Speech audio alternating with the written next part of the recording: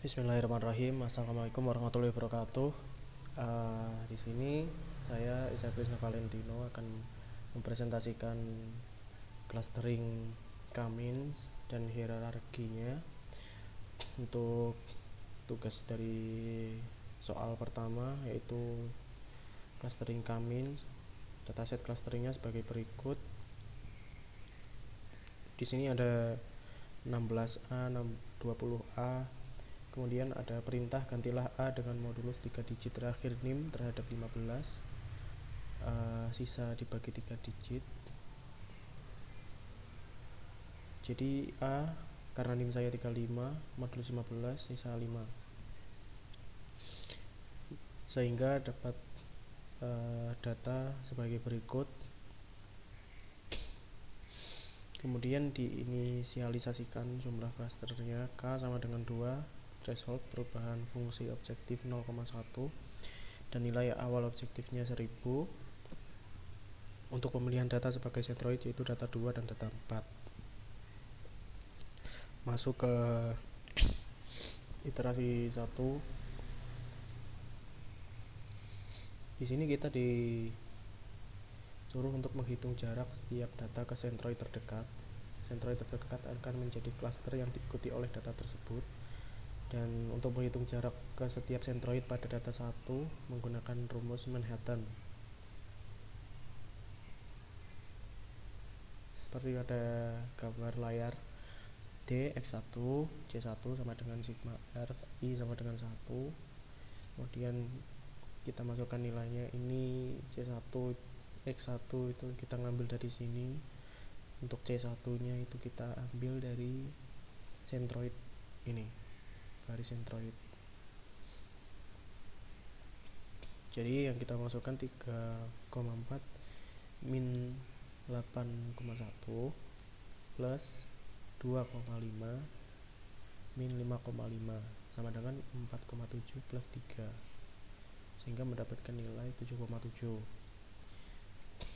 Dan begitu pula selanjutnya di sini kita masih menggunakan X1, tapi untuk C nya kita menggunakan centroid 2.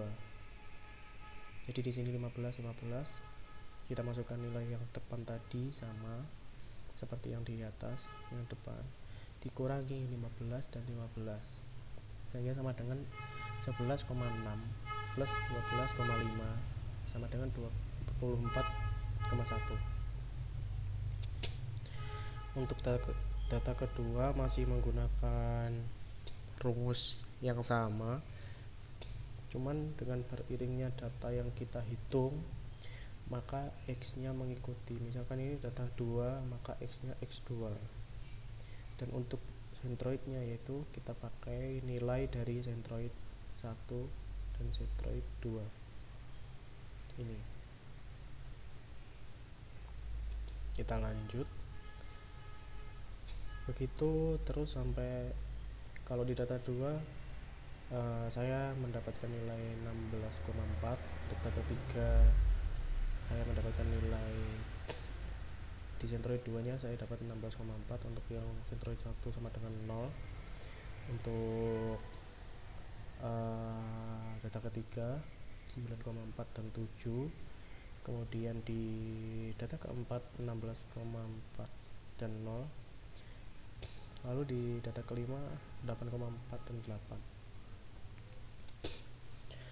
Kemudian hasil klaster tiap data kita masukkan ke dalam tabel dengan jarak centroid 1, 2 terdekatnya.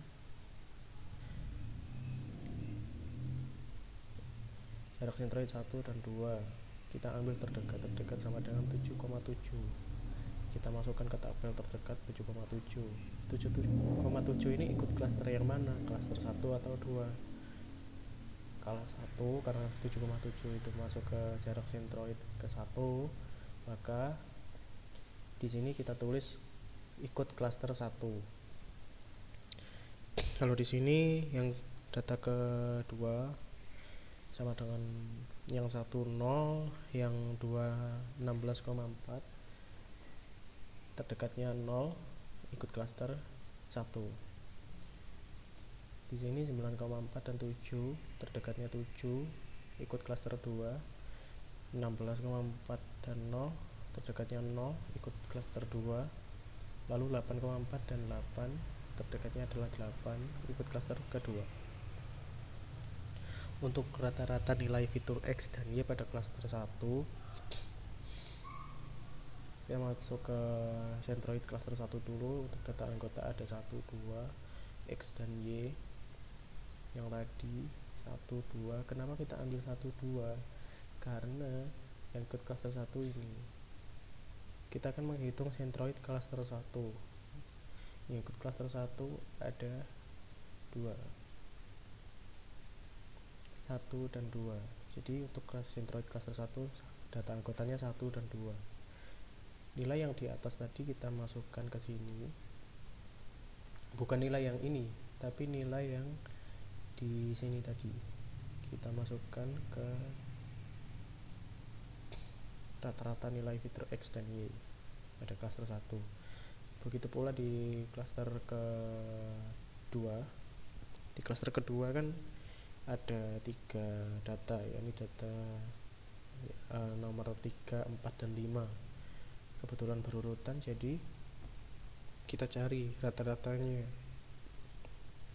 Untuk jumlah X ini kita jumlah semua, jumlah Y ini juga kita jumlah semua. Begitu pula untuk klaster 1. Karena di klaster 1 ada 2, maka jumlah ini dibagi 2 sehingga mendapatkan hasil untuk jumlah X nya rata-rata 5,75, untuk Y nya 4. Dan di klaster kedua untuk jumlah X nya 12,6 dan 12,3 untuk jumlah Y nya. Lalu kita masuk ke menghitung nilai fungsi objektif dari tiap data terhadap klaster centroid. Nilai fungsi objektif merupakan besaran jarak dari data terhadap klaster centroid menggunakan rumus Manhattan.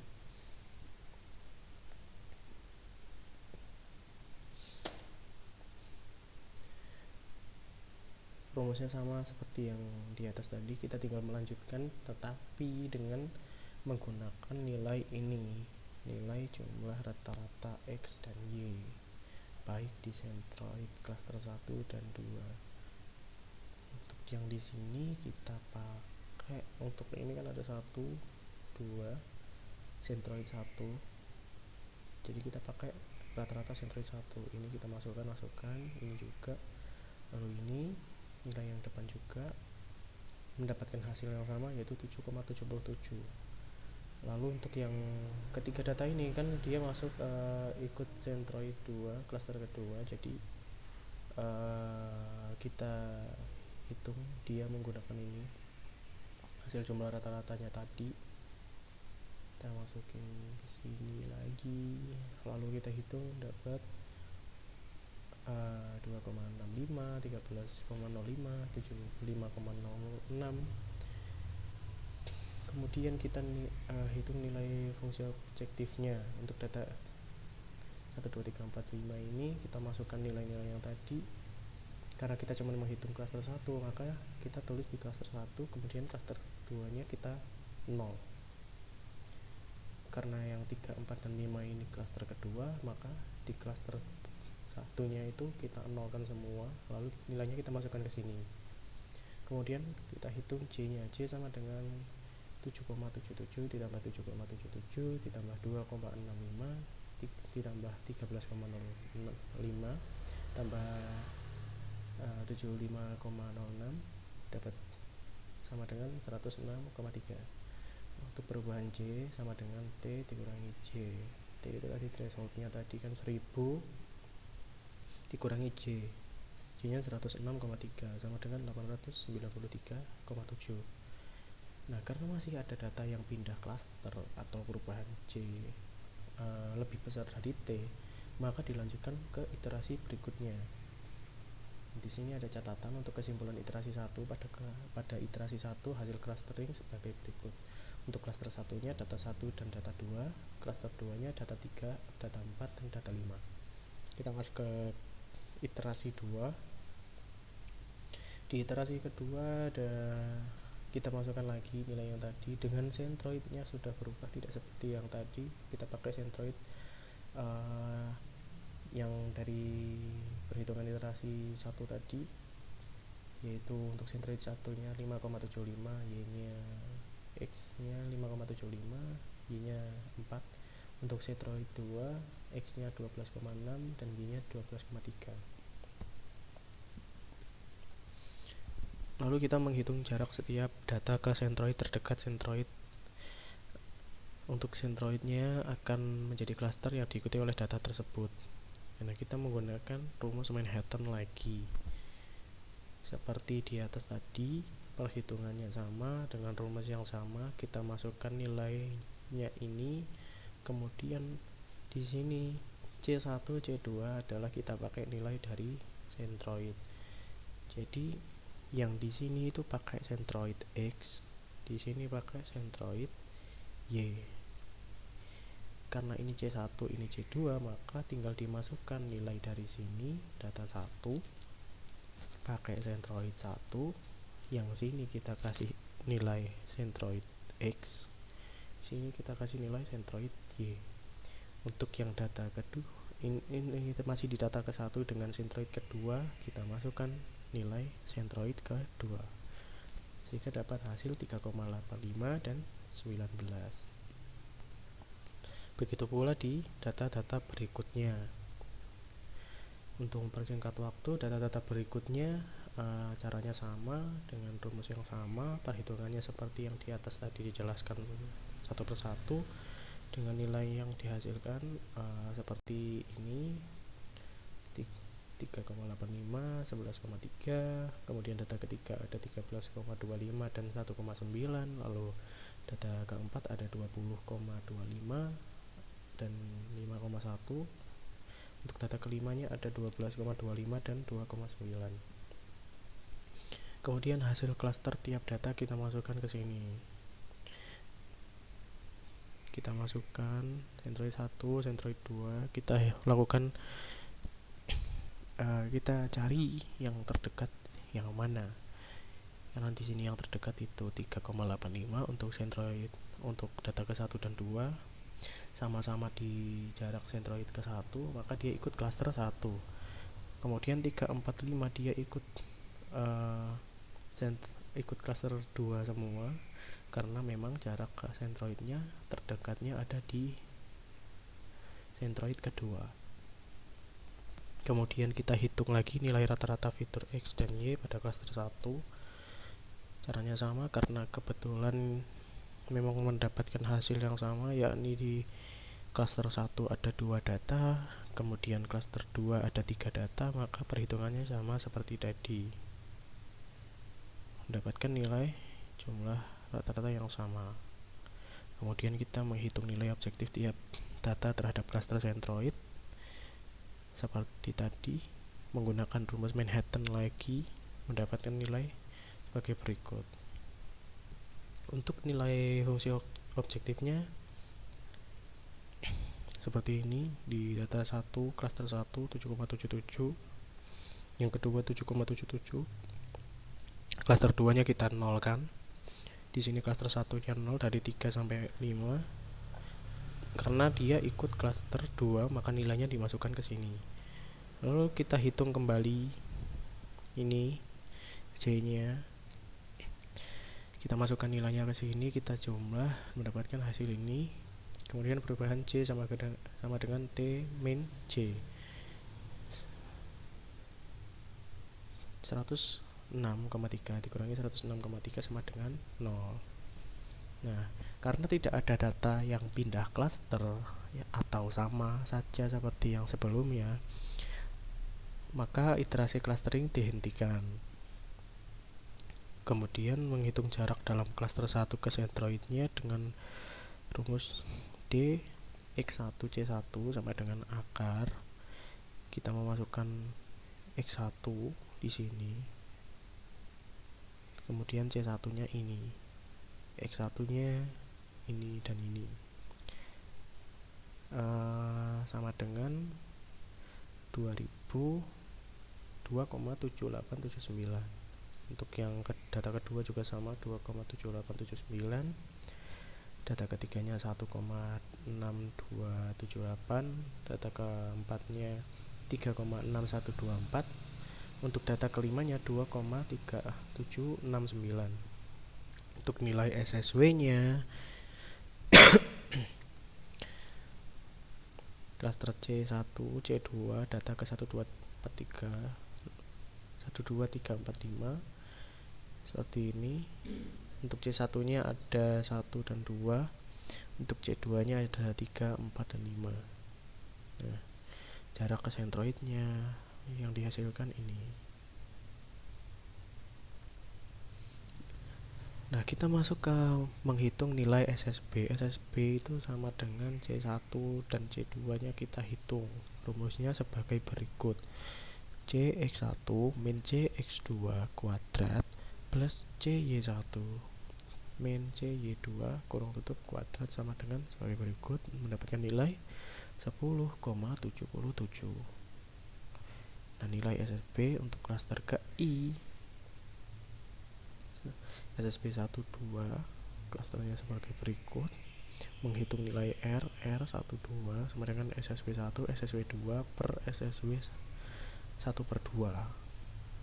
Nah, ini mendapatkan nilai 0,495. Nilai R ini kita masukkan ke sini. Jadi dpi yang didapatkan adalah 0,495. Kesimpulan iterasi 2. Pada iterasi 1 hasil clustering sebagai berikut. Cluster 1 sama dengan data 1 dan data 2. Cluster 2-nya sama dengan data 3, 4 dan 5. Untuk polanya sebagai berikut. Seperti ini. Untuk clustering Kaminsnya selesai di situ, kita mulai di clustering hierarki. Dataset clusteringnya sebagai berikut. Di sini ada perintah gantilah B ini dengan 2 digit terakhir NIM. Nah, NIM saya kan 35. Jadi 6 plus 35, 4 plus 35, 10 plus 35 seperti itu. Mendapat data sebagai berikut, data yang baru. Nah, baru kita mulai aglomeratif hierarki clustering. Setiap data merupakan cluster. Nah, untuk menghitung matriks jarak antar data menggunakan rumus Euclidean.